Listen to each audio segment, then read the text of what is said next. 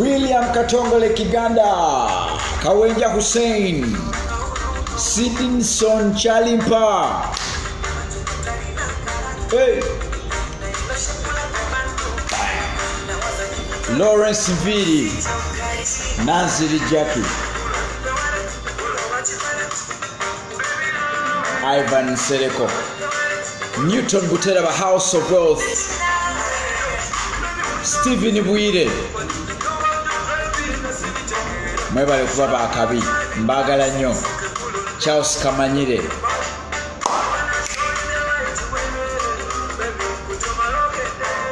Newton Butera, House of Wealth. Lero era tugenda kusoma ku bye tutamanyi ku ssente, emirundi egisinga tutambula butambuzi ne waliwo ebintu bye tubeera tetumanyi ku ssente, ate nga House of Wealth twagamba nti ffe katubeerewo tunnyonnyola abantu. So lero tugenda kwogera ku bye tutamanyi ku ssente. Nabyogerako luli network negaana, nanoonyeza omukulu gwa network omulala, njagala kulaba gunakola obulungi tujja kugezaako nga tugezaako.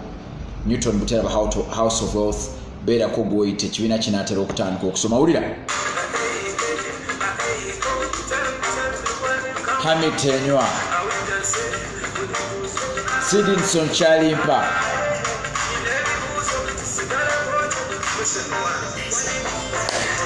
Kevinyatina,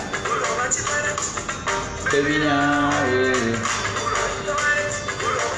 hey, Maweje Mawait,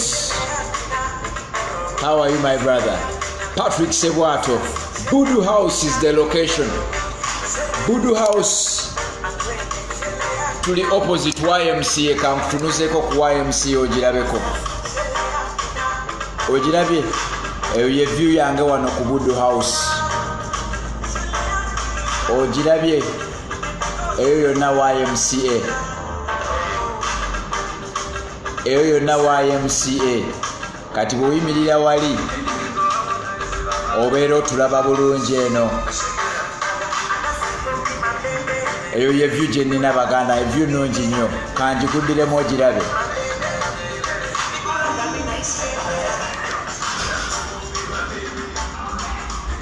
Eyo yonna view yange bawalimu.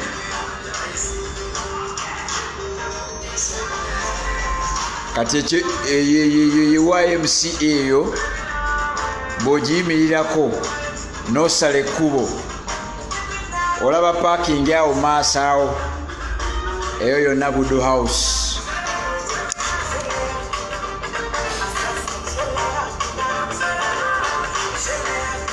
Hey, Siria Pina, Kawenja Hussein. Ito omuntu ajja asome, tusome ku bye tutamanyi ku ssente. Bye tutamanyi ku ssente bye tugenda osomako leero.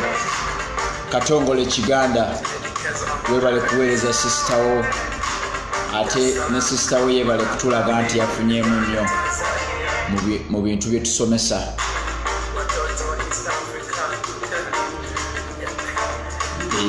Tina Tine, how are you my dear? Twesije Naomi, Newton Butera, House of Wealth, sijja kubalwisaayo. Nsanyuse nnyo okukimanya nti mukyali balamu, mutambuza obulamu bwammwe mu ngeri yonna gye musobola. Mukama akyabayambye, abafiiriddwa mbasaasidde nnyo, abagudde ku obubenje bwe beegezezzaamu mwenna mbasaasidde nnyo. Semaganda Alex, nsanyuse nnyo okulaba. So luli nayogera ku bintu bye tutamanyi ku ssente, naye nga ebintu bye tutamanyi ku ssente ze bayita money myths si ntono. Seguya Ella agamba tamanyi kusevinga ssente, akozesa ssente naye nga talaba kyafunamu. Sevume Paul ali mu kibiina. Martha Stalin, nsanyuse nnyo okulaba. Bira Magi, clear your camera. Kamera yange ina obuzibu, kale kangezeeko giclearinga obaawo kiri kitya. awo kiri kityo oba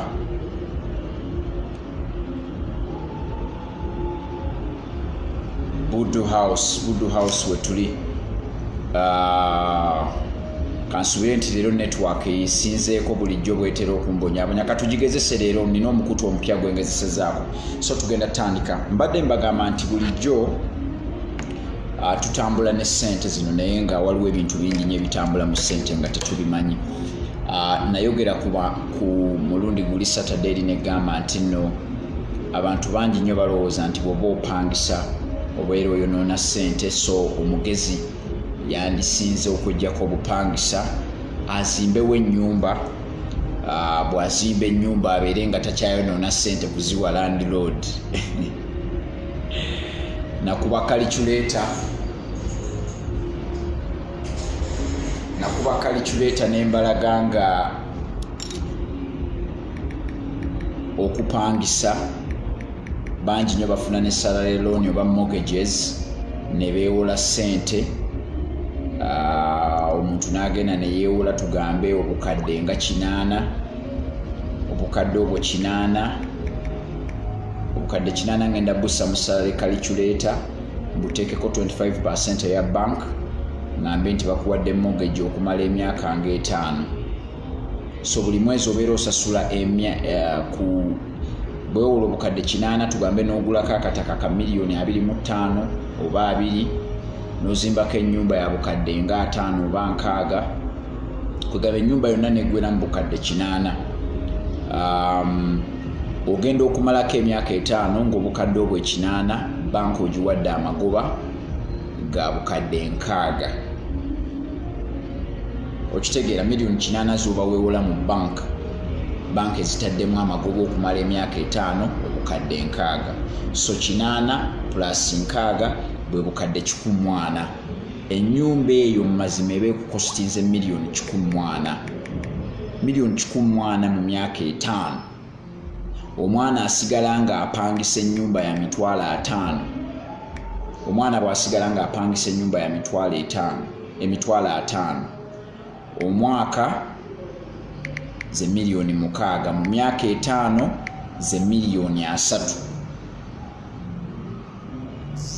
yaba akozeseza mu myaka 5 aba yakamalawo $1,300,000 oba wakamalawo $1,140,000 yesu oyina ennyumba naye ezo $1,000,000 ezo $140,000 wezotadde mu nju ayinza ogikolamu ekintu ekyamagezi so nenkulaga nti si kyabuvunaanyizibwa era nakozesa example nagamba nti bank esinga okukola essente Uganda yebayita Stanbic Bank eyina obugagga buli mu busiriivu 5 trillion 5 mu assets trillion 5 ye 5 ne 0.12 naye ng'ekyapangisa tepapangako kwezimbira maka so naawe osobola okubeera omugagga nga Stanbic Bank naye n'osigala ng'okyapangisa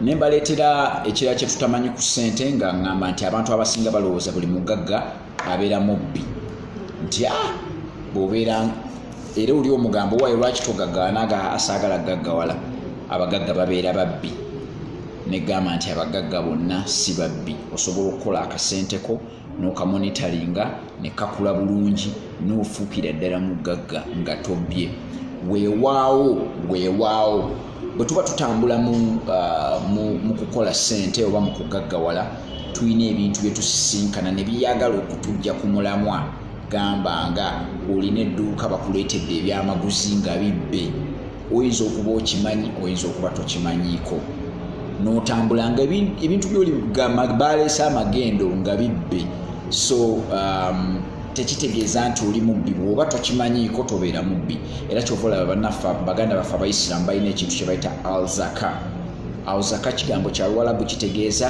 that which purifies ekyo ekirongoosa so abasiraamu eva bakwata mu maali yaabwe ne bajja ne bawa abaavu abamu tebakikola nti omutima gwe mulungi nnyo ali mu kuyamba baavu alzaka erongoosa emaali yo ne kampani zino zikikola zikiyita CSR corporate social responsibility. Mugenda muga lwaki kampani eno yataddewo emisinde, lwaki kampani eno egulidde eddwaliro eba eri mu kulongoosa maali, kubanga emaali kasita ogikola ne esobola okubeera ng'ejjidde mu makubo agatali malungi ebiseera ebisinga naye n'oyagala okugirongoosa. So eyo enkola nnungi nnyo okulongoosa emaali, naye nga tekitegeeza nti buli mugagga abeera mubbi. Buli mugagga tabeera mubbi. Waliyo abagagga nga bakoledde ddala ssente zaabwe nga nnyonjo. Kaakano netiwaaka we yatusalirako wali mu kunyumya emboozi z'okugaggawala, netiwaaka yatusalako okugamba nti omusaala gwo kyetutamanyi ku ssente namba 3, kyetutamanyi ku ssente namba 1 nti okupangisa kwonoona ssente era omuntu yandivudde mu bupangisa.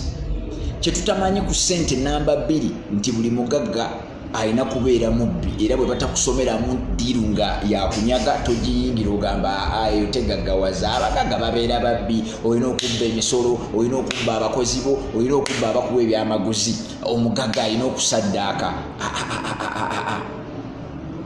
Ekyo tekiriiyo. Osobola okugaggawalira nno ddala tosaddaase tobbye. Naye kati wulira kyetutamanyi ku ssente namba 3. Kyetutamanyi ku ssente namba 3 nti omusaala gye gukoma okuba omunene gy'okoma okugaggawala.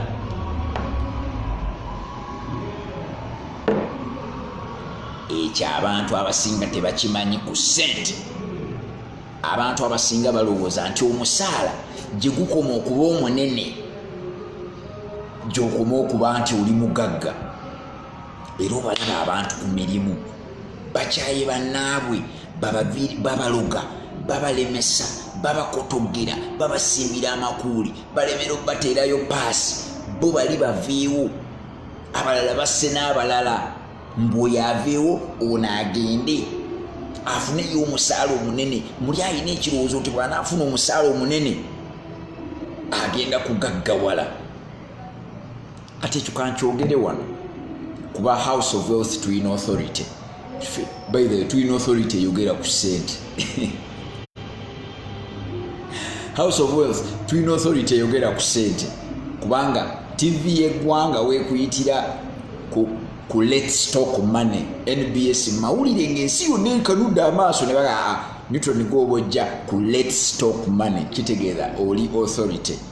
NTV, NBS, BBS, ezo zonna TV tuzeebaza nnyo. Monitor Publications yatuwadde olukusa tuwandiike ku ssente mu mawulire. Okitegeera yatuwadde olukusa tuwandiike ku ssente, naye obudde tubadde tetunnabufuna kimala, so twagala kulaba oba tunaafuna obudde. Makerere yazzeemu era n'empita nsomese ku ssente, kitegeeza nti Twin Authority eyogera ku ssente. Njagala obeere ng'owuliriza bulungi. Waliwo ekirowoozo abantu kye balina nti omusaala gye kasita gugeza n'ova mu eno bracket n'ogenda mu nnene okugaggawala obeera okumaze. Kati ekyo katukitereeze leero. Omusaala bwe gweyongera obunene tekitegeeza nti ogaggawadde. Omusaala bwe gweyongera obunene waliwo obuzibu bubiri oba busatu. Obuzibu obusooka nti omusaala kasita gweyongera obunene ogenda mu tax bracket endala. Ogenda mu tax bracket endala. Gambanga obadde okimanyi nti bw'obeera e Uganda ng'ofuna ssente ndowooza emitwalo nga 25 oba 3 tosasula musolo pay as you earn. Obeera wansi wa threshold. Naye kasita ogeza ne bagamba nti kaakano kwata emitwalo 4 nga Revenue Authority egamba ani oyo ng'ekujjako pay as you earn. Okitegeera bw'ogamba nti ovudde mwana ogenze mu mitwalo 9 bagenda bakutema omusolo mu bungi bwagwo nga bw'oyingiza. Kati awo olina okubeera omugezi ennyo kubanga oyinza okulowooza zeeyongedde obungi kumbe bazisokoola. NSSF wo yeeyongera obunene gw'olina owaayo pay as you earn yeeyongera obunene gw'olina owaayo, service tax yeeyongera obunene gy'olina owaayo. Naye obadde okimanyi nti ssente engeri nazo gye zitambulamu bwe zityo, nti abantu abayingiza ssente nnyingi, bw'obeera oyingiza $3,000 ebizibu by'obeera olina bibeera $5,000. Njagala otunuulire kuba bino bye mbagamba mazima. Bw'obeera oyingiza $3,000 njagala otunuulire ebizibu by'ojja biraba nga bw'obigattagattamu bya $50,000.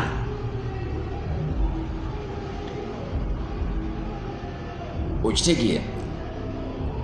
Bw'obeera oyingiza $3,000 ojja laba ebizibu byo byeyaawo $5,000. Bw'obeera oyingiza $5,000 ebizibu byo biryawo $7,000. Kasita ogeza n'oyingiza akakadde ebizibu byo bitera beeraawo mu kamu kitundu nga ssente tezimala. Kati bw'obeera oyingiza $1,010,000 ebizibu byo bibeeraawo mu $15,000,000. Ne bw'obeera bakuwa obukadde 5 ebizibu bibeeraawo mu bukadde 7 nga ssente ziringa ezitamala. Kyova olaba nze sibeerangako wano ne ndaba omuntu gwe bawa omusaala omunene nankanga, kubanga okugaggawala kuyisa network eyagala kubonaabona. Akandi jagama naye era ofisaako wadde bakutemye omusolo. Yes, osobola ofisaako. Naye kyembadde njagala okujjayo si kyekyo, omusolo bajja gujjangako biki. Kyembadde njagala okulaga nti bwe bongeza omusaala gwo, chance omukisa ogw'okugaggawala baba bagwagala gwongeza. Naye kiina kuva gy'oli gwe kyogenda okukola mu ssente. Oba okategeera kegamba?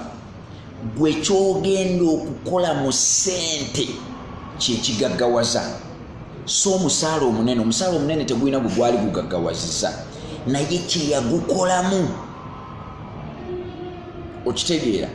Kyeyagukolamu kyekigaggawaza. Kyova olaba nti osobola okubeera ku mulimu nga waliwo omusajja nga bamuwa emitwalo tugambe 8, nga musajja bamuwa emitwalo 8 nga boosi we wa $3,000,000.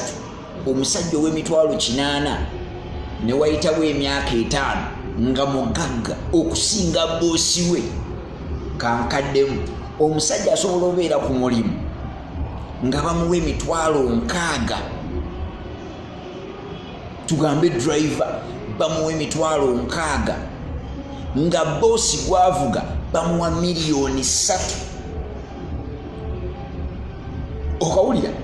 Driver bamuwa emitwalo 6, boosi gwavuga bamuwa $3,000,000.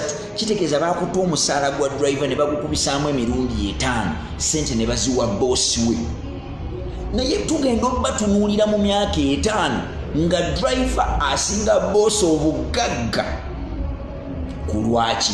Kubanga driver ye bwe yakwata ssente yabaako kyazikolamu naddala okuzizaazisa. Okitegeera? Ono ye bwe yakwatanga ssente tugambe boosi nga zonna zimuyitamu kubanga asuubira ennyingi. Ate olunene bw'oba osuubira ssente nnyingi, omwezi ogujja ekyo kiguumaazo, buli kadde obeera olaba kikaroti wali ekinene n'ojja okirye n'okikwata n'okirya n'okimalawo noga kasa kikaroti ekirala ekinene kijja nga omwezi guweddeko. Naye ono akwata 6 naga bwe mba nnina emitwalo 6 nga nange tezimala sijja kuwasa kati, sijja kuzaala kati, kansooke nzizannyise. Oyo ow'obukadde 3 naga kati kyateredde. Mwana asooka, mwana ow'okubiri n'ayogeramu awo ne mukyala we namga nze njagala nzaala abaana bonna, nze ebyokuzaala mbimale. Gayi n'atakaayana. Owulira habit. Omukyala asobola okugamba nze njagala okuzaala abaana bonna omulundi gumu, ekyokuzaala ng'ambe mbu kiwedde, n'azaala guno omwaka guli guba gugwako n'ayiwawo abaana. Kati n'olyoka owulira firimu, ono atandika kusoma, ono yalwadde, onengoye tezikyamutuuka abaana bana kugatta ne mukyalawo naawe oli wa mukaaga tugenda okutunuuliranga obulamu bwo buweddewo naye ng'omwana yali afuna emitwalo 6 n'alaba nga tezimufunira naga lindako sijja sooka kuwasa kati sijja sooka kuzaala kati sijja sooka kugula mmotoka kati kankwata obusente bwange buno n'atandika okusevinga bw'asuubula bw'agula obubuzi bw'agula obute. It is what you make with the money you get.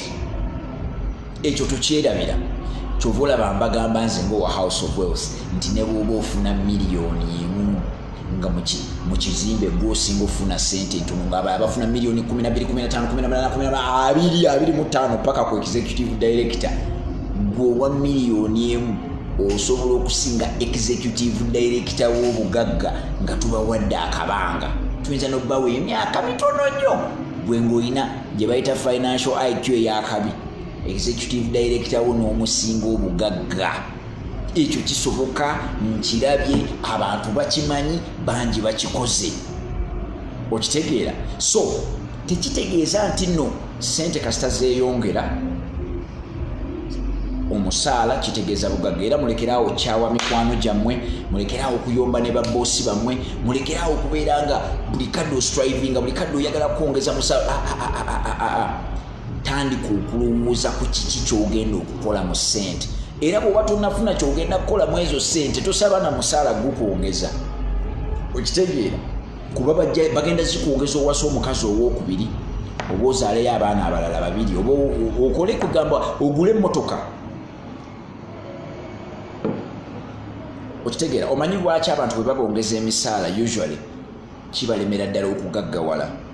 Kubanga nkugambye nti ekisooka sente kibeeranga bwolaba ekibiina nti kasita ogenda mu P3 ebibuuzo bye babuuza mu P3 ffenna abazze ne tujja mu P3 tubeera bapya era bitukwata ne bitunyiga.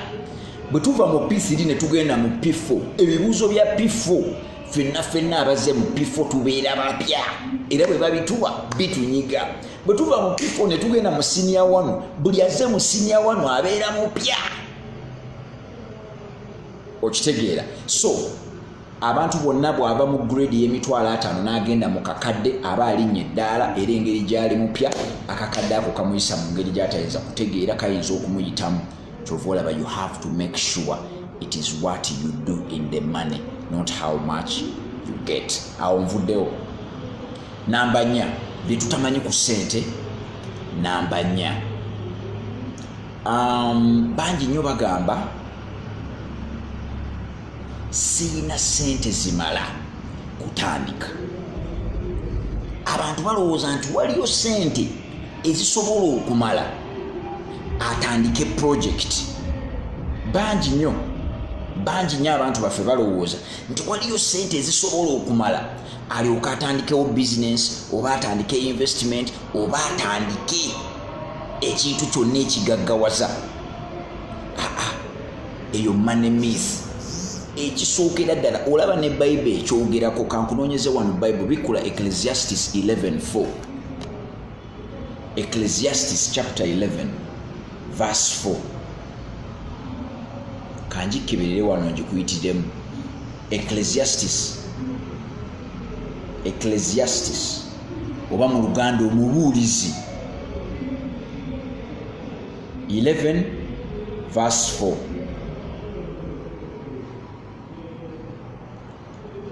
Ecclesiastes verse 11. Ecclesiastes chapter 11 verse 4. Wano mu message egamba, don't sit there watching the wind. Do your own work. Don't stare at the clouds. Get on with your life. Ono takannyonnyodde bulungi, kangezeeko okufuna Bible yange endala.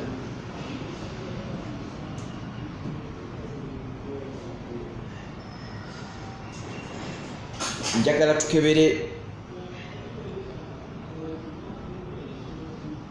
kangezeeko okukebera wano mu Bible yange ey'Oluganda.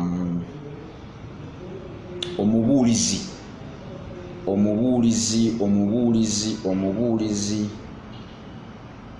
Omubuulizi chapter 11.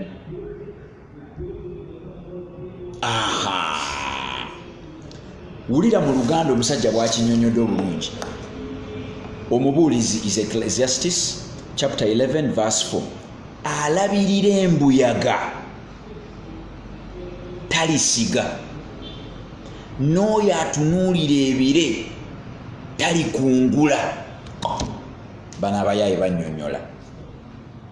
Okimanyi nti n'abantu bangi nnyo bagamba let me wait for the winds. Empewo eno engeri gyezze obubi bwe nti sijja kusiga, kanjira nnindamu, kannindemu empewo eno eterere bulungi ndyoke ensige.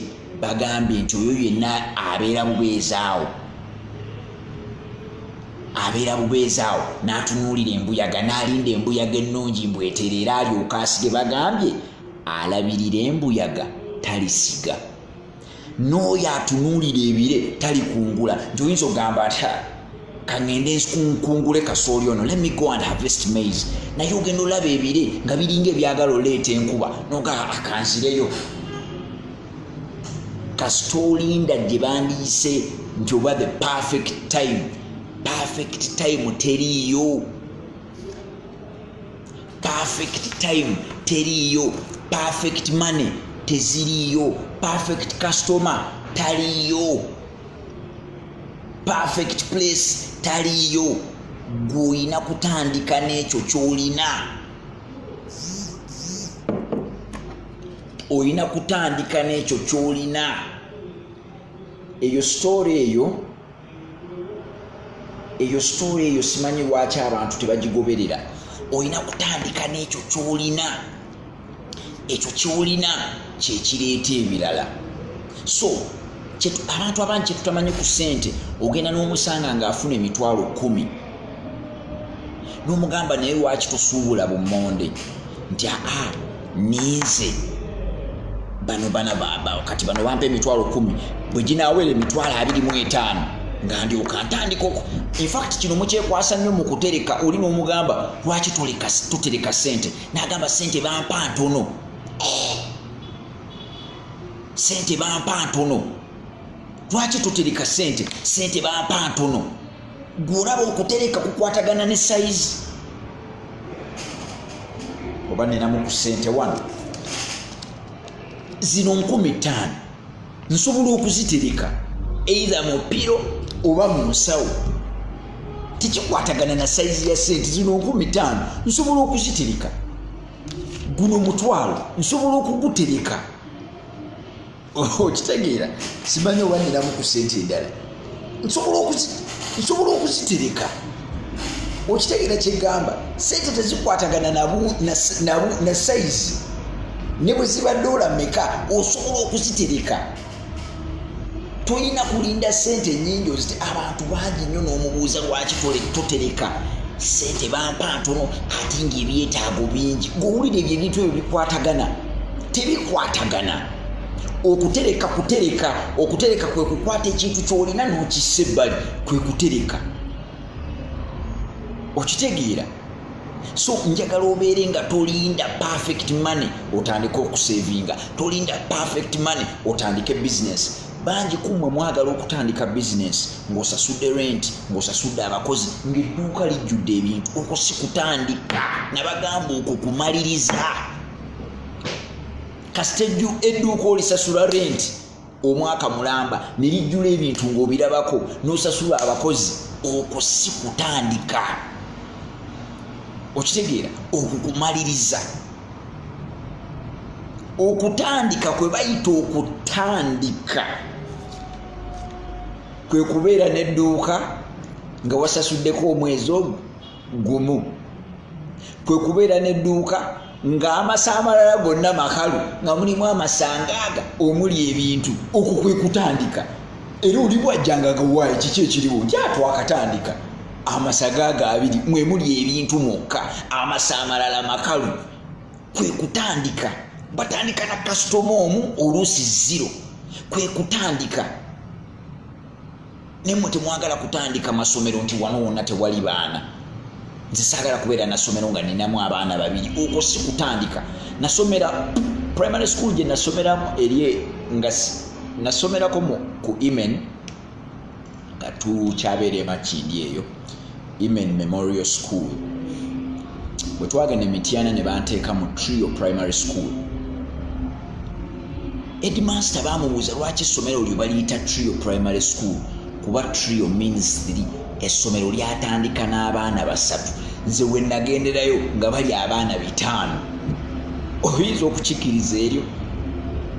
Mityana wali essomero lye bayita Trio Primary School mwe nasomera primary. Trio lyatandika n'abaana 3 naye nze bwe nagenderayo nga lirina abaana 5 yatandika n'abaana 3 kwe kutandika. Kati abantu kye batamanyi ku ssente bo balina ekirowoozo nti kasita zinaawera nga ndyoka ntandika business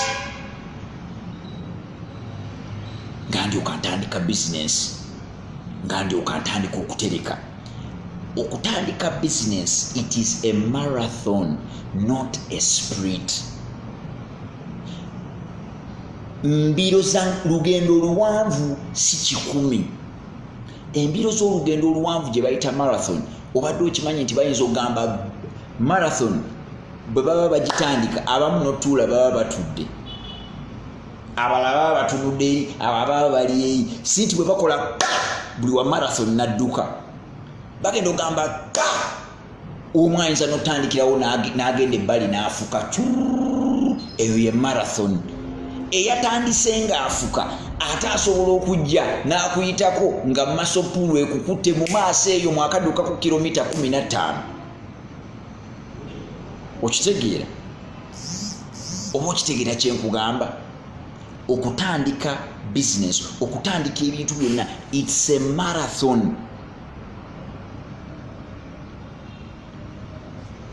Obadde okimanyi nti mu Matayo Matthew 14 kebera kawo mu Matthew 14:17 Yesu yabuuza abayigirizwa nti abaaye kiki kye mulinawo kitunaaliisa abantu. Abayigiriza ne bamugamba Yesu, all we have are 5 loaves and 2 fish. Lwaki Yesu teyagamba okay abantu bano nja kubaliisa bali bameka 5,000 nja kubaliisa at least ng'afunye emigaati gyange 3,000 n'ebyennyanja 2,000. Yesu yaliisa abantu 5,000, abantu 5,000 yazimbulukusa emigaati 5 n'ebyennyanja 2. Okitegeera? Kati bw'oba olina okukkiriza Matthew 14 siyama birungi weebale kubeera ng'oli mu kibiina ng'ate ogoberera. Bangi nnyo bagamba today you are so clear via network. Mwebale kusaba tugezaako okukyusa bw'eneekola neeyitamu nja kuba ngikozesanga ndi mu gigezesa. Okitegeera? So mbadde njala kuga nti bwe bagamba nti kutandika saagala olowooze nti waliyo perfect amount of money gy'ogenda okufuna. Mbalaba mugamba nti nze bwe naaba sifunye zino sijja kutandika. Ekyo kifuise. Ekyo kyekimu ku bye tutamanyi ku ssente. Zo ssente zaagala otandike. It's a marathon, not a sprint. Kuba sprint ba Usain Bolt balaba bwe bakuba butikitiki 9 nga bamaze. Naye bwe bagamba abasajja ba Kiprotich badduke, bo baddukire essaawa 3. Nayingirako omanyi bwe nabeera Egombe nali nga mugezi mu kibiina okwo si kwewaana, ekyo tukyebaliza Mukama. Kyokka ng'ate neenyigira mu activities endala. Nali entertainer, nali mu debate, nali mu kukuba enduulu eya moral boosting, nali mu music, dance and drama nga ndi muzibu nnyo. Kati olw'okwagala nnyo house yange gye bayita Kintu House, ne ŋŋamba kaŋŋende nkiikirire Kintu House mu marathon. Muwalimu nakomawo bamaze n'oggaba obubonero.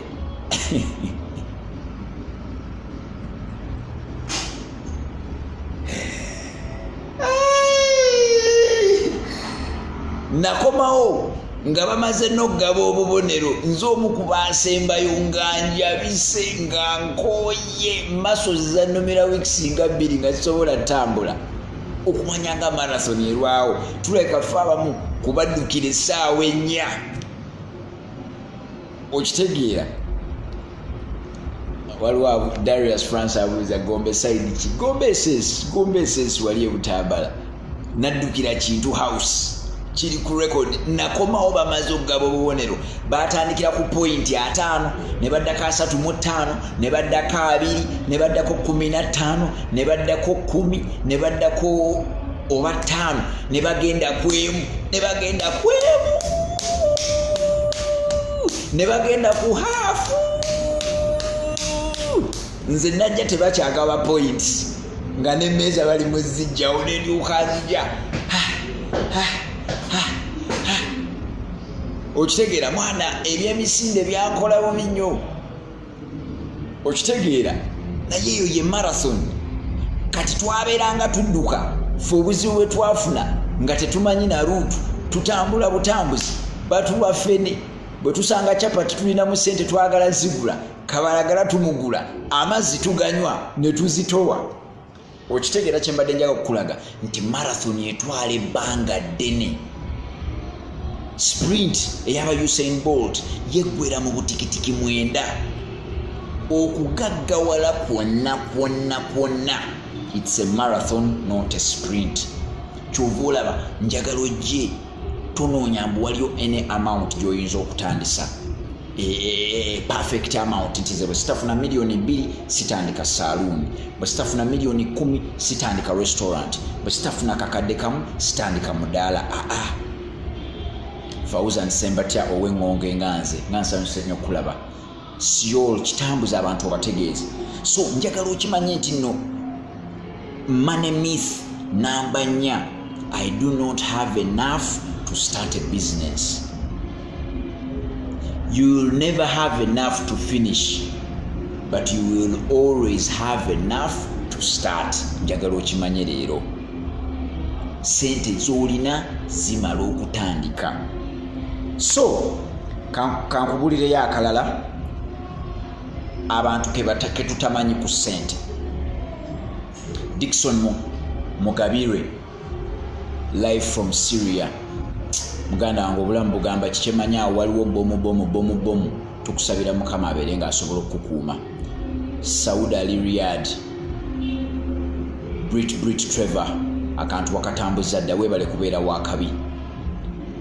Money myth ey'okutaano abantu balina ekirowoozo nti asobola okubba ssente n'agaggawala. Jukira twabaddeyo ne money myth eri egamba namba 2 nti buli abantu balina ekirowoozo nti buli mugagga abeera mubbi. Naye ate waliwo money myth kye tutamanyi ku ssente. Abantu balowooza osobola okubba ssente n'ogaggawala.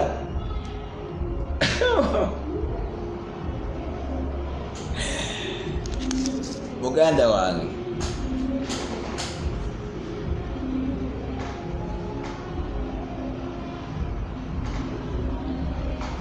kasita ogeza n'obba ssente zikulaba.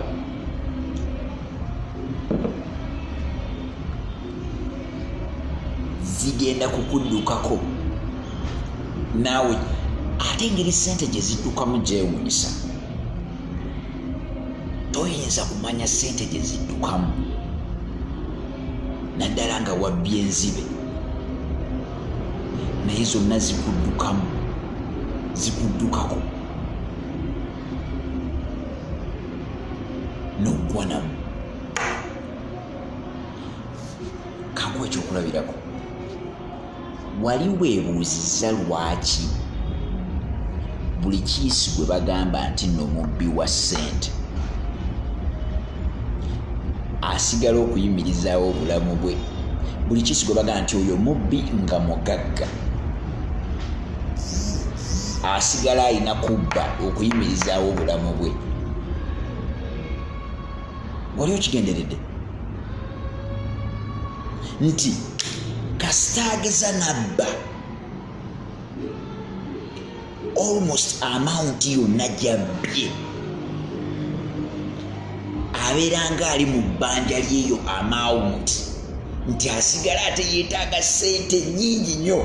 Mwalaba prison break omusajja yagezaako kibalaga nga bwe kirina obba nti buli lwogeza n'obba ssente ate olina okuteekawo ebintu bingi nnyo osigaze just zobbye. Gamba nga ekikoosi ky'abantu bobbye nazo onooba research olina okusigala basigala balya oliye mwenna mugenda ne mubba ssente muli abantu abo ne mubba ssente ne mubba miliyoni 10 ne mwegabana 2 okawulidde mubbye actually kanjogere na ssente nnyingi mubba miliyoni 10 nga muli abantu 5 buli omu ne yeegabira 2 mwena ne mufuna 2. Okimanyi nti bano abasajja abasatu abasajja abasigaddeyo abana omu ku bo buli lwayavuwala ezize ng'azikozesezza bubi asobola obbakubira essimu n'abagamba bannange obwavu bundi bubi mumpeereze ku ssente neetereeze oba si kyekyo nze mbalaba muli mu kucakala nja kubawaayo. Okimanyi nti bakisobola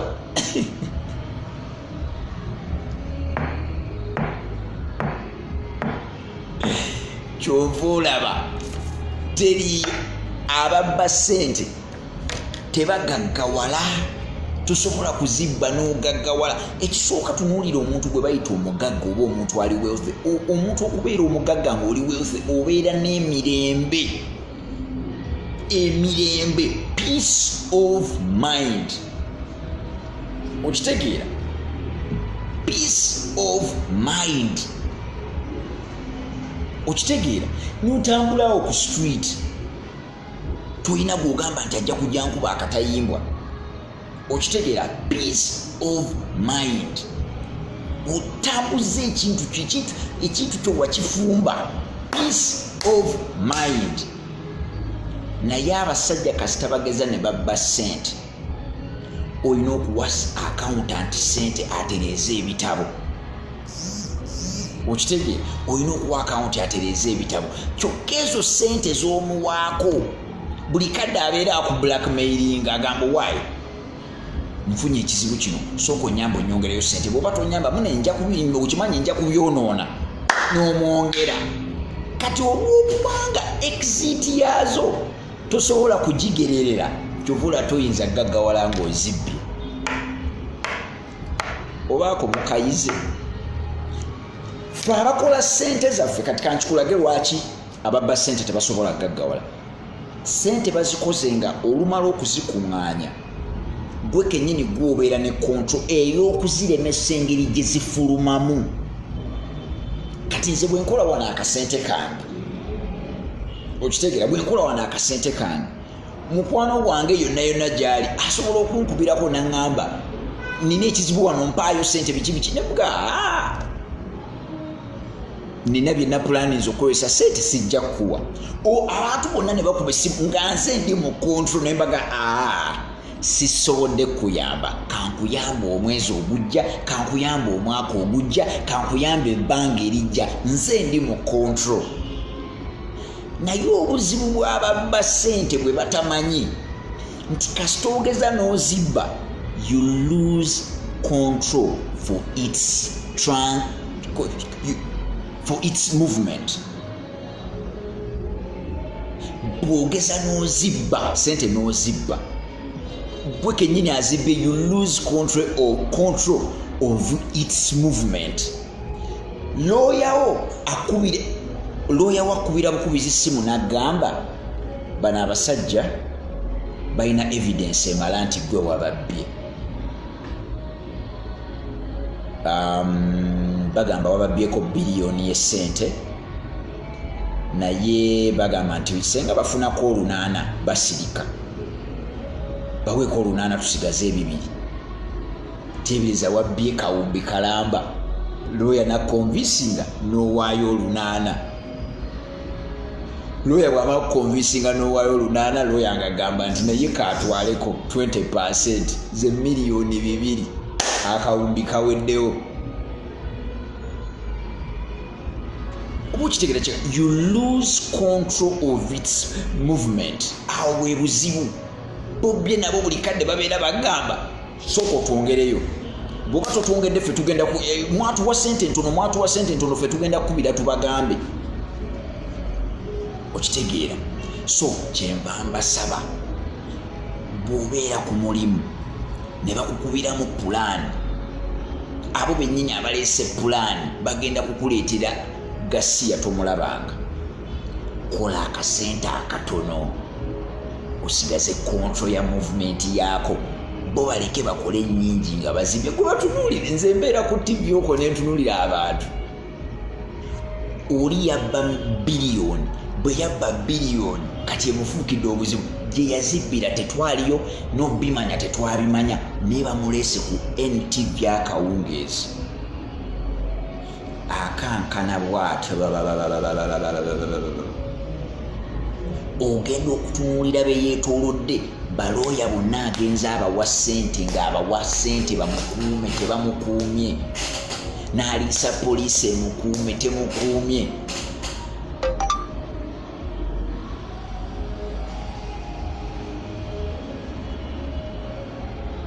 Okitegeera kigamba. So muve mu okubeera n'ekirowooza.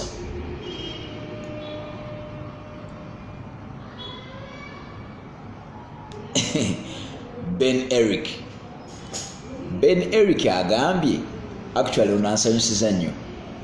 Ben Eric agambye, I totally disagree with you. All it takes on theft is the brains and the time you take to withdraw from the game. You really think you can steal and withdraw from the game? Bakulimba. Waliwo story ojagenda ogisome mu Quora. Omusajja yalinga mubbi wa banks nga aziba for the thrill of it, olw'okunyumirwa obunyumirwa. Najja na Beno Bank n'agenda nga tebamukutte.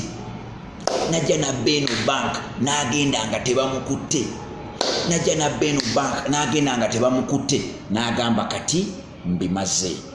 Kubanga yafiiringa nga guilty n'agamba mbimaze. Yali ali awo muganda we n'abeera ng'alina ddiiru gye yeetaaga nga yeetaaga ssente.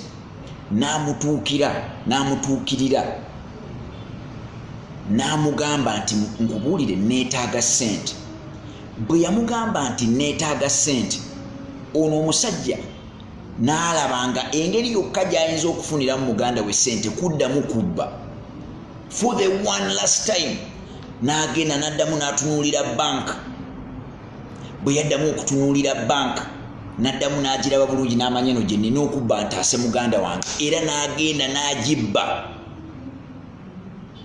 Bwe yagenda n'agibba, omanye ekyabeerawo, n'omukwata tebaamukwata. Muganda we ssente n'azimuwaako portion. Bwe yafunako portion eyo muganda we n'agenda n'investinga mu kiri ekintu kye baali bamusabye okuteekamu ssente, ne kitambula bulungi n'akola ssente nnyingi. Naye muganda we n'abeera ne guilt kuba yatandikanga okugenda okusaba. Bwe yatandika okusaba eddiini n'emuyingira bulungi, n'atandika okukonfesinga. Bwe yakonfesinga nti bannaye mpulira sirina mirembe, buno obugagga bwe nnina, muganda wange ssente yabba nzibe, yabba na banka, muganda waani? N'amuwaayo. Omusajja ne bamunoonya nga ye yabba banka bulungi, ne bamusiba. Baamugamba aleete ssente ezo ze yali yabba. Omanyi bwe oleeta ssente z'obeera obbye banka basala ku ssente syo nga taziina, nga wayiseewo ebbanga. Okitegeera kye gamba? So ssente zirina amateeka gaazo. Gweoyinza okugamba you have withdrawn. Lwaki abasajja bakola film eziri based on real life story nga batulaga nti buli kiisa abeera nga mubbi mu firimu, bamusanga nga yamala, bamusanga na mukyalo eyo, ne bamugamba nti wabimala naye twagaloddemu otuyambe. Lwaki abasajja bakireflectinga nnyo mu movies? Gwe teweebuuza lwaki? Yino omwana agirese Steven Semwanga, let me watch Mad Money. Bino ebintu byebyo. Abasajja kyekimu nga bw'onooga nti wali detective wa CIA mbu n'obivaamu otya. Kibeera kyakuyingira nga it's a habit, it's part of you. Era bw'oba tokettedde government otandika okubeera ng'oketta muwalawo abalenzi baayagala okuleeta mbu baayagala ofumbirwa. Okitegeera kyekugamba? So abantu bonna babbye ssente ne balowooza nti alina obwongo agenda zikontrolinga ogenda okutunula. Ye lwaki tugenda wala? American Gangster is based on a true story. Genda olaba American Gangster, it's based on a true story. Frank Lucas yali mu New York nga is a gangster. Atunda njaga nga sente alina bweziti nyingi. Okitegeera? Frank Lucas bwe yafa sente n'azire obugagga bwonna n'abulekera oyo omusajja yali right hand man we Denzel Washington ye yali azanya party eyo. Ojjukira nti Denzel Washington yali asasudde poliisi ng'ebintu byonna bitambula bulungi, naye omu ku baana be yajja mu kyalo. Omwana gwe yajja mu kyalo yajja ku pate n'akyamuka, bw'akyamuka n'alyoka bayiwa omwenge ku kapeti ey'ebbeeyi. Denzel Washington n'anyiga n'amukuba. Omwana oyo yanyiga n'agenda n'abuulira poliisi ebintu byonna, ekintu ne kiyulika. Okitegeera? Catch Me If You Can, zino zonna firimu ziri based on true stories. Kati gw'ogenda n'olowooza nti mugenda kubba leero muterere. Genda okebere, laba zino saga ze tulaba wano. Abo abasajja ababba ssente wano babeera basajja basomye, babeera basajja bagezi. Okugamba nti oli ye accountant nga alina SCCA, obwongo buba bungi. Naye bagenda okulaga nti ebibalo waliwo ayinza n'agenda oba n'atwala n'aka girlfriend oba Dubai n'akabuulirira eyo ne katandika okumusabanga ssente nga bukamuteeka ku disclaimer nti nja kubyogera. Okakkana mwana nga kyabise. The whole entire world is connected. Nga bw'olaba nti kati abantu bali Abu Dhabi, abantu bali Sharjah, abantu bali Kuwait, bali mu kulaba Newton, nze ndi wano Kanjokya. N'ensi bwetyo bweri connected nti ogenda n'olowooza nti bw'onobba ojja kivaamu weekweke, bakulimba. Ssente zibeeranga kutta muntu. Kasita ogeza n'omutta mwana toyinza kumanya nabikukwasa. Omuttira mu nsiko naye ogenda oyingira ebbaala ng'obusaayi bwasammuse kuno. Ali ku counter yagamba naye oyina omusaayi.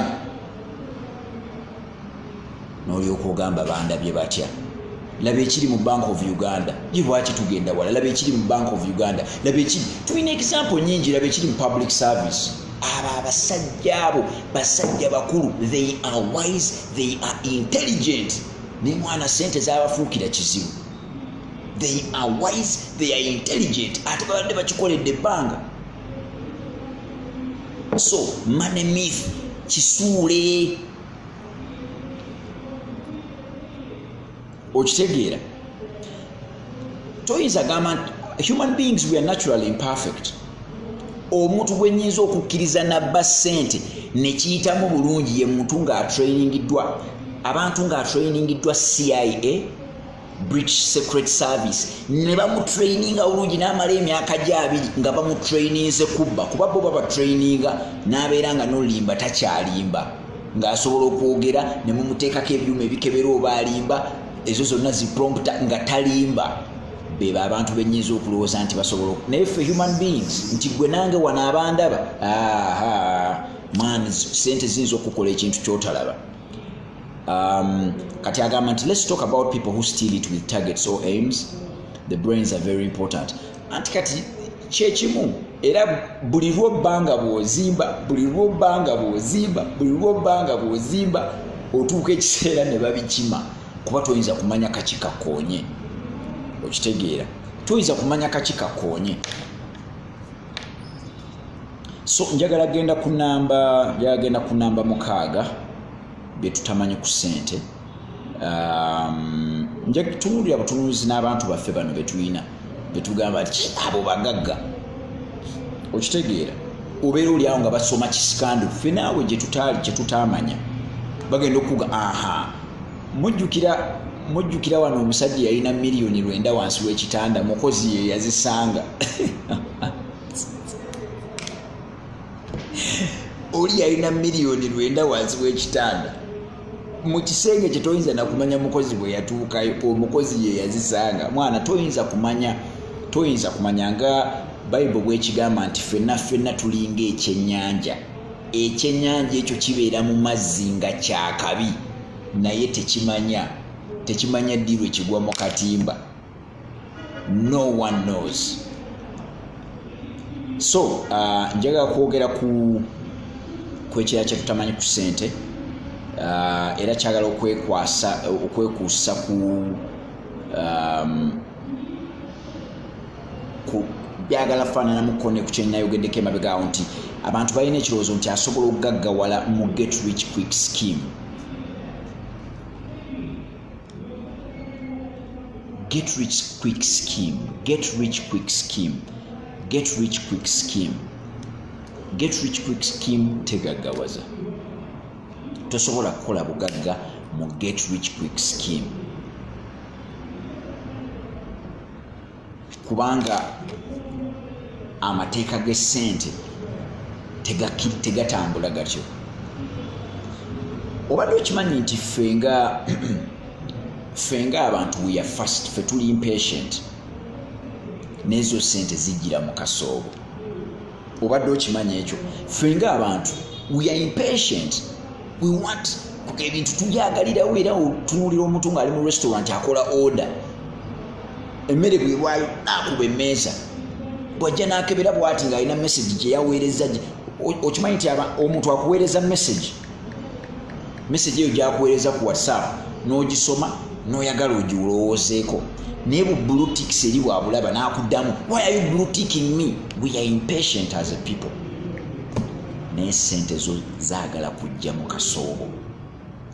Ssente I do not know anything as patient as money. Ssente zitambulira mu slow motion. Obulamu bwa ssente bwa slow motion. Era abantu abagaggawadde bo bakimanyi. Njagala osoma obutabo bwonna abagagga bwe bawandiise bajja kukugamba it usually takes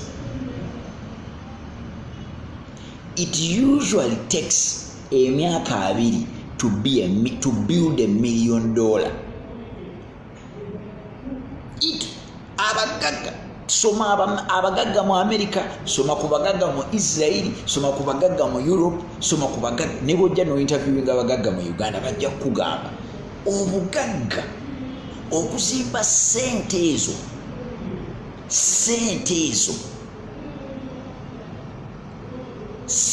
ezo okuzizimba bagambe nti wuyo binojjo emyaka ngaaga omukisa gukwata kukwasi n'ozizimbira mu 15 abamu balirake ayinza ndooza pasentayiro abatone myaka nga 10 kyova olaba abagagga abasinga obungi senga ogenda n'obakebera ku rich list y'ensi abagagga abasinga obungi basajja bakulu abo ba Bill Gates basajja bakadde.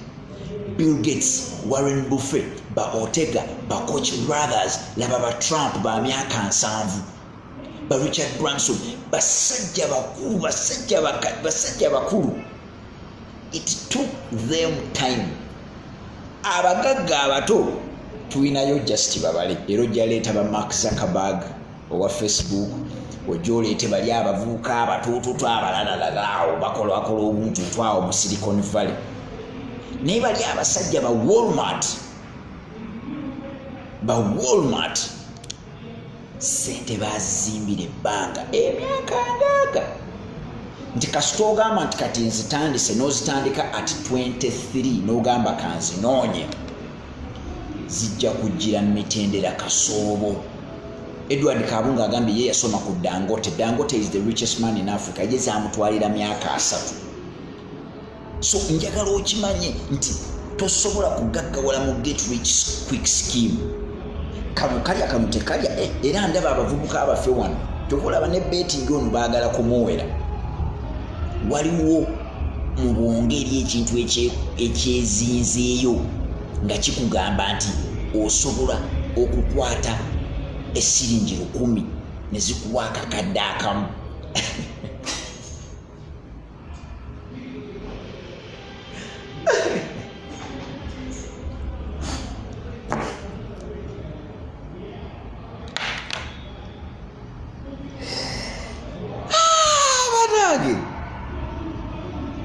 Banange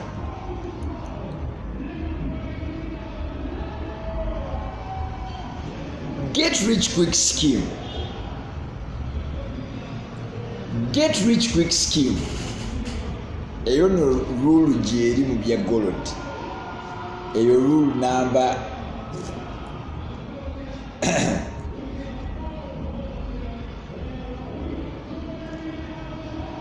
5th law of gold.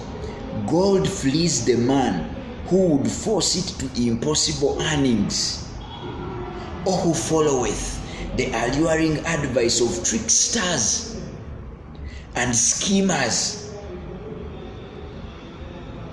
Okawulidde? Tricksters and schemers. Omusajja najja naku oli mu Uganda omaze emyaka 5 onoonya ssente tonnagaggawala. Omusajja najja n'akusoma. Newton bangi bazifunye mu bet. Do research but on luck. Muganda wange Hakan Digi, okimanyi nti degree yange esooka eri mu statistics. Betting yenna atambulira ku statistics. Okitegeera muganda wange. So I'm not against betting companies. Ogusimu si enkola yange. Nze nja kukuyisizaawo kinaakukolera. So mbadde njaga kugamba get rich quick scheme. Sina betting yokka. Lwako tukozesa kigambo kya betting. Naye ngamba omuntu najja n'akusomeramu nga oli mu kukola leero. Oli mu kukola leero bakuwa $50,000 mu mwezi mulamba mu nnaku 3. Mukama waakuwa $50,000 mu mwezi mulamba. Omusajja aleese eddiiru ayagala kukuwa $50,000 egenda kufunira kakadde mwezi eddakiika 3. Awo oba oli mu betting. Okitegeera? Okitegeera muganda wange? Kiba kiganye. Get rich quick scheme teyinza kukuyisaawo. Abantu bangi bakyababba lwa get rich quick scheme. Nze nababuulirako Mukama yannyamba nnyo nti get rich quick scheme nagiyiga mu 1993-94 nga ndinga mu P4 nina obusente bwange bwenkola mu bizinensi yange ey'akagaali. Okitegeera abasajja ne baŋŋaa akantu kalya kanu tekalya. Bw'oteekako 2 ofuna 4,000, bw'oteekako 4 ofuna 8, bw'oteekako 5 ofuna 1,000, bw'oteekako 1,000 ofuna 2. Nenkwata zonna ze nalina nenteekako n'abikula muvubuka wakalese wano. Awo Mukama yali ansetinga apo mmanyire ddala nti kuba ssente zange zannuma. Tebereza omwana wa P4 okubeera n'emitwalo nga 2. Okitegeera? Mwami Bukenya akijjeyo bulungi. The 20-year time includes paying fees in terms of learning and failing. Okugaggawala kuno baakukola nga kwakugenda mu kasoobo. Otandika n'emitwalo 10 ne giva mu 10 ne kigenda mu 15 ne giva mu 15 ne kigenda mu 22. Bwe giva mu 22 ne kigenda mu 37. Bwe giva mu 37 ne kigenda mu 45. Bw'ogenda mu 45 ne bakubyaza amaanya 15 n'oddayo ku 3. N'okomawo n'ova ku 3 n'ogenda ku 45 n'ogenda ku 5 n'ogenda ku 7 n'ogenda ku 8 oba oyingira kakadde ne bakubba oba n'olwaza n'okomawo ku 7 nova ku 7 n'ogenda ku 9 n'ogenda ku kakadde kamu emitwalo 2 n'ogenda kamu kitundu n'ogenda kamu 8 n'ogenda ku 2 n'otandika okuzannyira mu 2 kitundu 2 8 3 n'oyagala okuleeta partner ng'owezezza 5 n'asooka akubbako kamu kitundu n'okomawo ku 3 kitundu nova ku 3 kitundu n'oddayo ku 4 kitundu n'oddayo ku 6 n'ogenda ku 10 n'ogenda ku 11 12 15 18 oba oweza 2 bwoti ebyamaguzi ne biyiika oba ne bakola batya n'okomawo bwe batu bwe bakola ssente. Era buli lw'owuliranga eyo progression gy'ensomye si muntambulira bakulimba ezo zigenda kuyiika.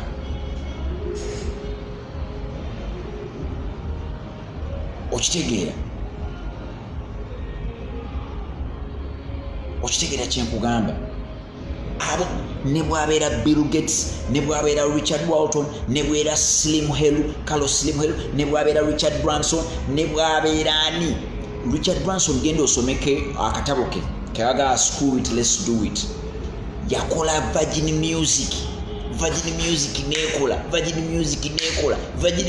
nekola n'afuna idea nti asobola okusala n'ava e Bungereza n'agenda France n'aleeta omuziki nga bwagutunda yali tasasudde musolo bwe baba bakwata si kubatwala kumpi mu kkomera ne baba n'asooka ataddayo.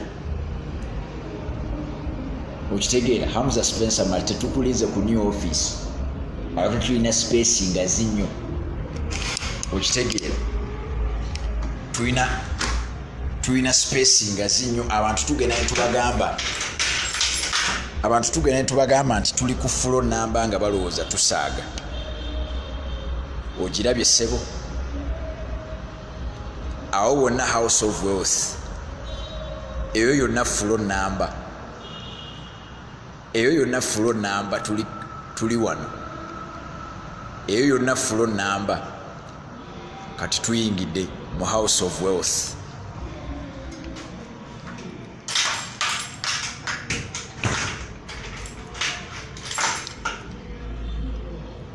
Tukomyewo ku mpewo badde nino batangazaamu.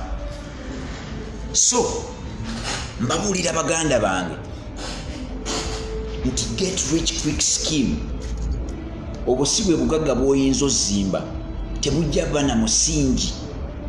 Obugagga obulina omusingi kwe kubeerako n'emitwalo 10 n'obeerako mu obwo obwavu n'otandika ovaluinga ssente nga tozirina n'ojjanga ozirina n'omanya emikwano n'omanya enkolagana z'abantu kwegamba otambula nga bwodde emabega naye ekikulu kyakugenda mu maaso ebigere 5 n'odda emabega 2 awo kiba kikola. Oluusi ensi eba eyagala nakuzza mabega ekukubira eddala otambula ebigere 5 yekuzza emabega ebigere 7. Okitegeera. So njagala mubeere nga mukimanyi nti ffe abantu ba human being tuli impatient but money is patient. Sente tezibeera impressed na muntu kyovula zo tezipapa. Okitegeera sente tezibeera nkaawo neziga buli omu zisobola okumuviira zisobola okukyala ewa Newton Buteera baleero nezikeera ekya nezigaa tezikyayagala beerawo buli lwe ziraba nga nnyingiddemu empisa gye zitayagala zo nga zivaawo sente awo zo nga zivaawo. So get rich quick schemes Abanauganda bababbyeko sente nnyingi mu get rich quick schemes. Omuntu ofuna omusaala gwa kakadde kamu omwezi oli najja n'akusomeramu nga akakadde kamu ogenda kafuna mu wiiki. Wano waliwo kampani baali bagiyita D9. Kati D9 yo kye yakolanga yagambanga abantu nti oba bwewaayo ssente tugenda kuwanga eno interest buli lunaku. Omuntu bagamba nti bw'oba waakakadde bagenda kuteerangayo oba emitwalo obanga mukaaga buli lunaku. Abantu bagenda okulaba nga bwakubisaamu akakadde kavaamu ssente tozirabanga ne balyoka bagamba wano weewali eggezi. Baabo bonna bagenda okumaliriza ng'ate bamaze omanyi kigenda okubakuba nga bayingizaamu famire bayingizaamu emikwano ne kibeerera ddala kikambwe. Rita Namwanje webale kusiima. Knowledge is power for real. Rita Namwanje nakuweereza inbox, simanyi oba wagisoma kubanga wali olina service gy'oyagala, nenkuweereza inbox naye si kyoba wagisoma. You could check your inbox.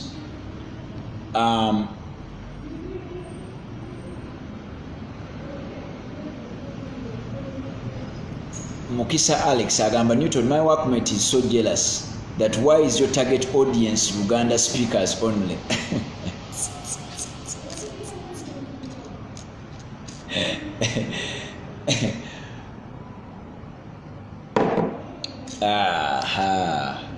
My audience is Luganda speakers only. Nganze kenyini njogera Olufalansa n'Oluwarabu.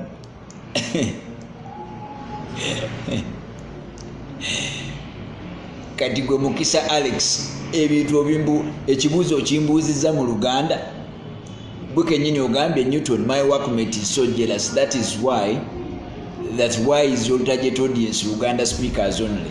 So Mukisa Alex, are you a Luganda speaker only? Why have you asked your question in English?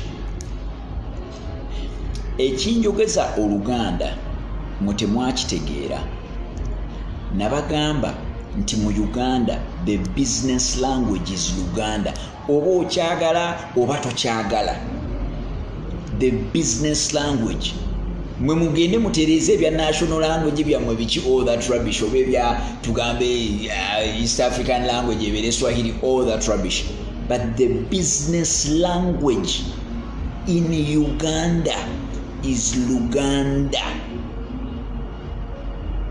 Okitegeera? Obadde okimanyi nti Uganda kigambo kya Luswahili kitegeeza land of the Ganda. Obadde okimanyi nti Uganda erinnya ly'ensi yaffe kigambo kya Luswahili to mean land of the Ganda. So Oluganda temuluzanyisa. Bw'oba oyagala okukola business wano, ebyapa ebya private mile ebitambulirako akasimbi biri mu Central Region mu Buganda. Kati wemanja go bayigiriza okuzimba sente eryaddala muve mugali amataka agali communal simanyi biki njagala mubeere nga musobola okubeera steady. Abayindi bajja wano Kampala Road bo bamanyi Oluganda. Jebale sebo nkusalireko ebintu byakendedde beeyi. Bweteyo ye beeyi bwegenda obuuze bayiga Oluganda mwe mulemedde mu nnimi zammwe. Tomanyi lwaki Airtel eva India nejja wano negamba paka weewole. Gwe tonnakitegeera lwaki Airtel egamba weewole. Tomanyi lwaki MTN ereeta gundi namba negatweweeko. Funa saizi yo mwe temutegeera bitambula mu nsi. Luganda is the business language. Wall Street ye Uganda eri mu kikuubo. Genda mu kikuubo mbulira olulimi lwe boogera. Olaba Naluwa Park bagezaako okuleeta mbu Oluswahili. Bakugamba ssebo weeyongereyo wano tuweereze ebintu nsaliraako forex bureau erirudawa nga sikuwulidde yongezaako biki banyongereko naye wano museera tugende eri. Kati omuntu yenna agamba mbu tamanyi Luganda. Abantu aboogera Oluganda mu lino eggwanga bali obukadde 6.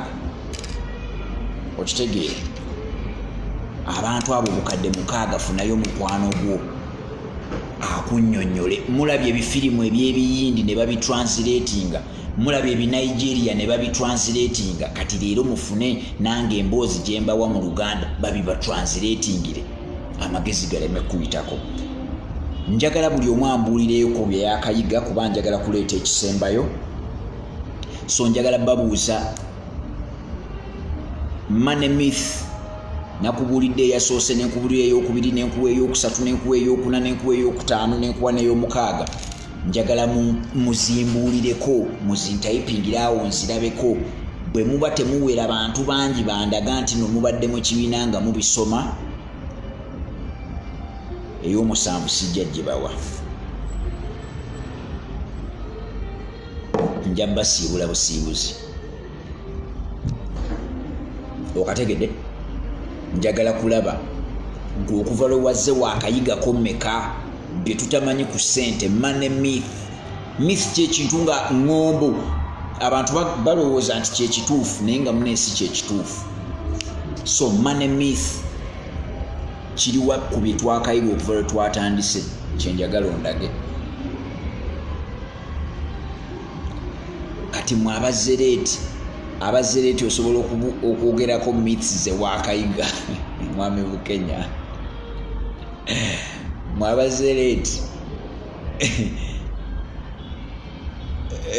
D9 get rich quick scheme bantu baluzinga sente. Njagala kumanya buli omu ng'awoza ffe twakajja kale bwemba mugaa twakajja buli omu yandibadde ambuulira kyayize bwe batwe basomesa. Leero nzirayo ngenda kuddayo okusomesa e Makerere okitegeera nabagamba nti okusomesa sisomesa wano ku Facebook nsomesa ne Makerere ate nsomesa baana ba masters sisaaga okitegeera. Kati omusajja asomesa masters ne mbasomesa ekintu ekizibu ennyo eri mbasomesa ebintu nga bigumu security protocols data encryption nga bigumu okitegeera naye nenfuba olaba mbimenyamenyamu. So bwe nfiisaawo akadde kange nenzija negamba nti really kanzije mbeeko kyenkusomesa njagala obeere ng'ondaga nti naawe olina kyoyiga. Kimpa amaanyi kuba eno shot eri sponsored eno shot eri sponsored. People are impatient but money is patient. Nambanya tulina okutandika nekyolina si kulinda kuweza. Sente zigumiikiriza abantu tebagumiikiriza. Steven Semwanga simanyi weddira ngonge nganzi oli musajja mugezigezi. Renting does not mean you're poor. Money myth.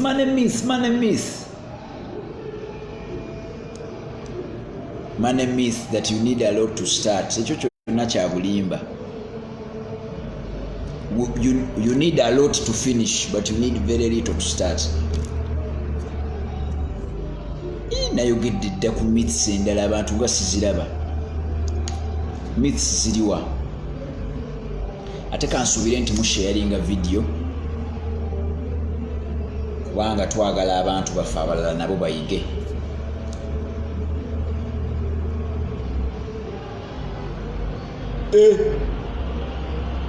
Money myth. Myth nti get rich quick schemes are wealth creating schemes. Bakulimba olimu omusajja mugezi nnyo. There is no shortcut. Catherine wasomye bulungi nnyo.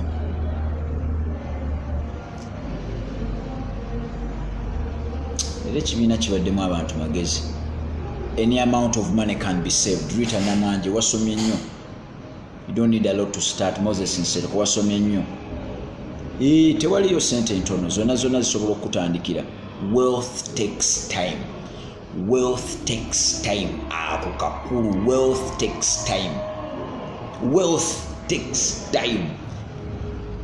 Kugagawala ng'oli muto. Pozi nga bazikuzaaliddemu nga bw'olaba bakabaka oba ng'oleese ekintu ne kikyusa obulamu bw'ensi nga bw'olaba Facebook bwe yakyusa obulamu bw'ensi.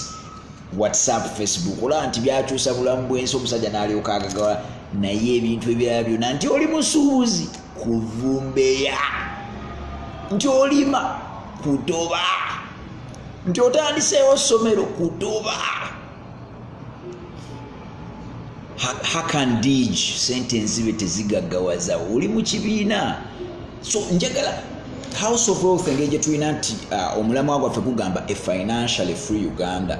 Twagala omuntu abeere financially free. Saagala obeere ng'okuze ng'ate sente zonna z'ozimbye olina oziwa balooya, olina oziwa omulamuzi, olina oziwa poliisi ng'olyoka obeerewo ku nsi. Ebyo si byagala.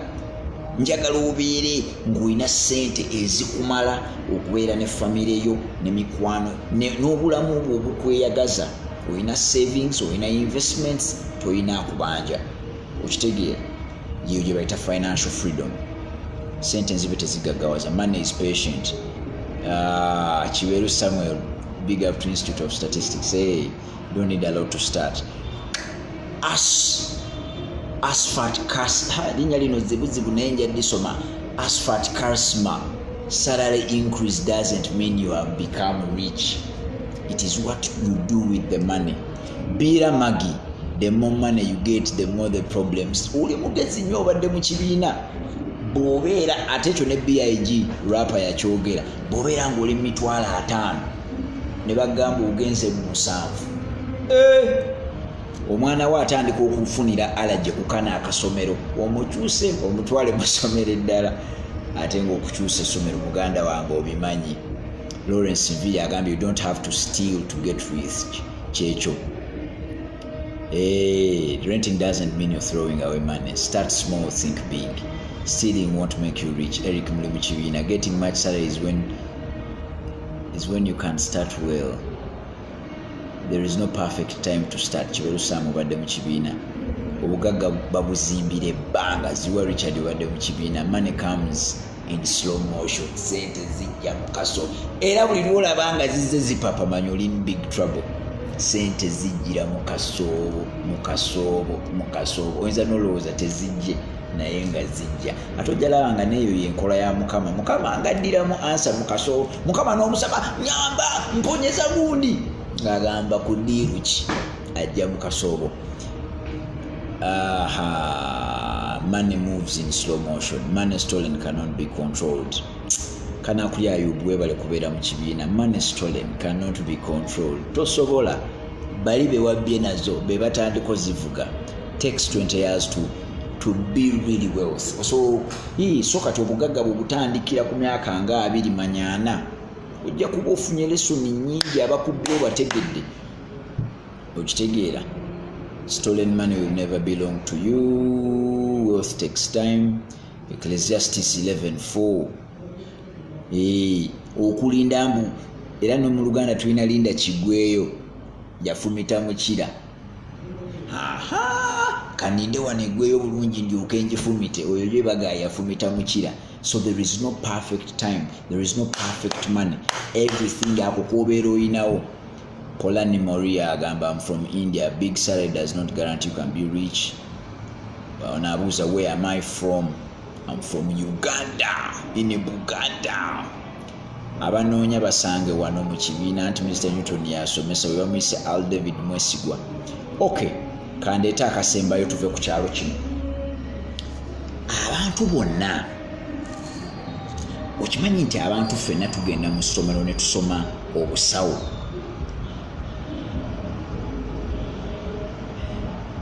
Abantu ffenna tugenda ne tusoma obusawo. Oli bw'amala okusoma obusawo bamuwa title ki? Bamuyita dokita. Oli bw'amala okusoma obwalooya bamuwa title ki? Bamuwa afuuka. Oli bw'asoma law nga bamuyita lawyer. Oli bw'asoma accounting nga bamuyita accountant. Oli bw'asoma agriculture afuuka farmer. Okimanyi nti nno tetulinaayo ssomero oli gy'agenda n'asoma ssente. Tusoma byekuusa ku ssente ne tetusoma ssente. Njagala obeere ng'owuliriza ensonga esembayo gyenfumba. Teriyo ssomero litugarantinga nti wuuyo bwe yamaze okusoma ssente. Kubanga buli lwogenda n'osoma degree ya law bavaayo bagikuwadde nti you are a lawyer. Era n'ogenda ku LDC ne bagagenda mu kooti. Bw'ogenda n'ogamba nti no njagala beera musawo, ogenda n'osoma obusawo ne bakuyigiriza okusala abantu, ne bakuyigiriza engeri gy'oyinza, n'ovaayo nga bakuwadde ebbaluwa nti oyo musawo, oyo accountant, alina SCA, oyo IT. Netiri ayinza tulaga certificate ye nti ya ssente. Teriyo University of Money.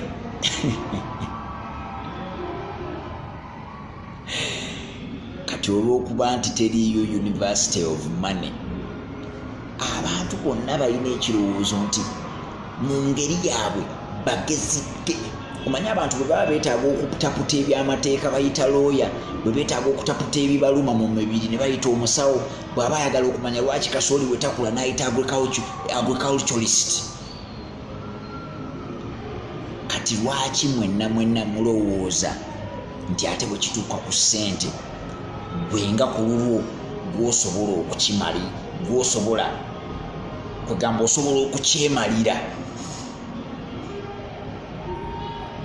There is a money myth nti ffenna tulina entegeera mu ssente, era ne tulowooza nti tusobola okumalako ku lwaffe bwe kibeera nga kyekuusa ku ssente. Ekyo kye kimu ku bantu kye batamanyi ku ssente. Ssente kye kintu kyokka kye bakoze mu nsi nga tosobola kumalako wekka.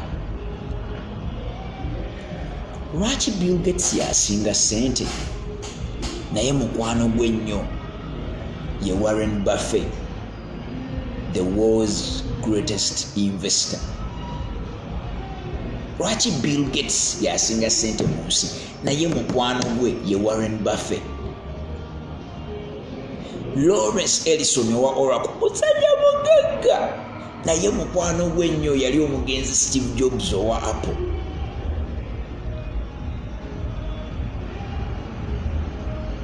Tosobola ku ssente kumalako wekka.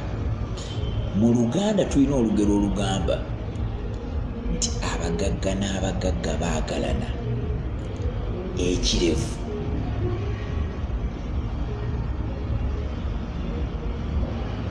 kijja ne kikwatagana n'enviiri.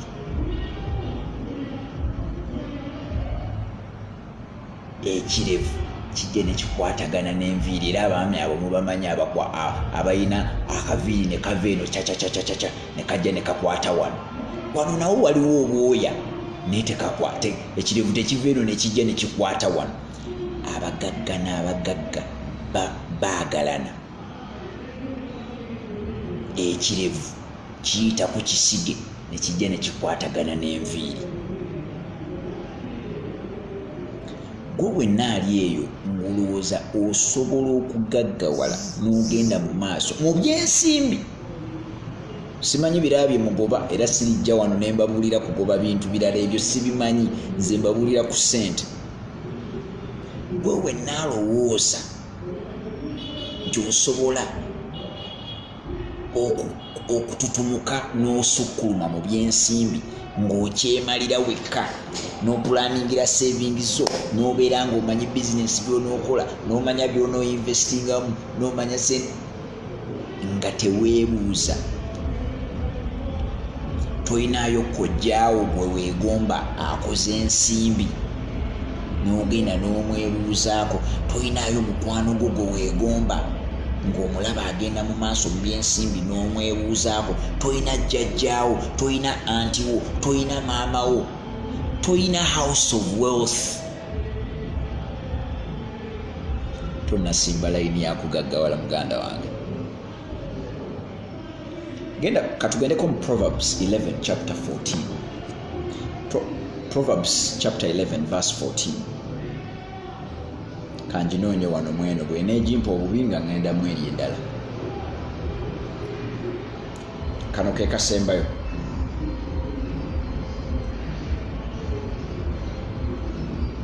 Proverbs 11:14 egamba bweti, without good direction people lose their way. The more wise counsel you follow, the better your chances.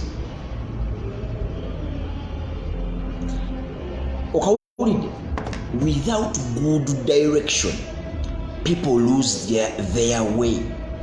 The more wise counsel you follow, the more wise counsel you follow, Without good direction, people lose their way. The more wise counsel you follow, the better your chances. Kanjirete mu Luganda, engero 11:14. Okulungamya okw'amagezi nga kubuze, abantu bagwa. It's Proverbs 11:14. Proverbs 11:14. Engero 11:14. Engero 11:14. Okulungamya okw'amagezi nga kubuze, abantu bagwa. Naye mubateesa ebigambo abangi mwe muli emirembe. Katutwale kali akasoose. Okulungamya okw'amagezi nga kubuze, abantu bagwa. Bw'ona osoma Richest Man in Babylon ne boogera ku mateeka ga ssente, etteeka eryokusatu ligamba nti ssente zisigala n'oyo cautious owner eyeebuuza ku basajja abamanyi enkozesa y'essente. Eryo tteeka lya kusatu. Etteeka eryokuna ligamba nti ssente ziyiringita ne ziva mu ngalo zaabo abazisiga mu bintu nga tebeebuuzizza ku basajja abakugumuuta mu nkwata y'essente.